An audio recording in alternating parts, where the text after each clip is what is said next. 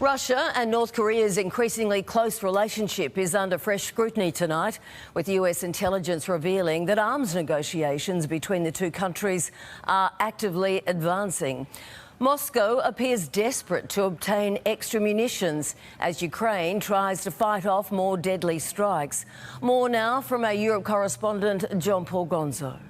Another country-wide attack, and again the capital bore the brunt. Russian drones and missiles pummeled Kyiv, killing 2 people in what officials call the most powerful strikes to hit the city since spring. Everyone is tired of the war, this woman says, but it doesn't mean we will give up anything to anyone. Ukraine's slow and costly counteroffensive is seeing small gains, with military bosses buoyed by the liberation of a strategically important village near Zaporizhia. They say it paves the way for Kyiv's forces to push further south towards Melitopol and even Crimea, which Russia seized in 2014. And there are further signs Moscow's grip on the war is slipping, with the US revealing President Putin and North Korean leader Kim Jong-un have been trading letters as Russia seeks to replenish dwindling stocks. The White House now claims a potential weapons deal between the two countries is advancing. We cannot and we will not stay silent as we receive more information that Russia continues to turn to rogue regimes to try to obtain weapons and equipment in order to support its brutal war of aggression.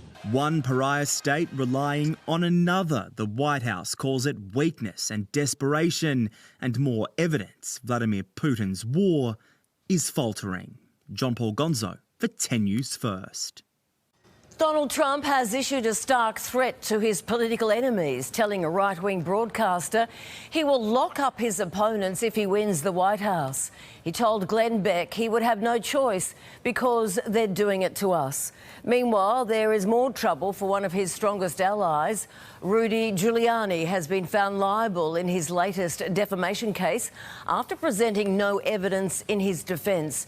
The jury will now decide how much compensation he'll have to pay a Georgia election worker and her daughter. Concern is growing over the health of US Senate Minority Leader Mitch McConnell after he froze during a press briefing for a second time. Asked about another possible run for re-election, the 81-year-old senator struggled to hear and then stopped answering. Did you hear the question, Senator? Running for re-election in 2026? All right, I'm sorry, you all. We're going to need a minute. It comes a little more than a month after McConnell appeared to freeze while talking to reporters at the US Capitol in Washington. It later emerged that he had suffered multiple falls, including one that left him with concussion and a rib fracture.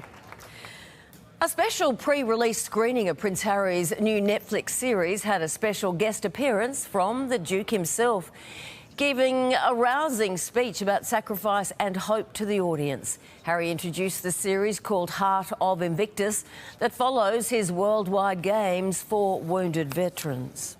How are we doing? Everyone's going to struggle at some point. I got demons saying, you're not going to do this.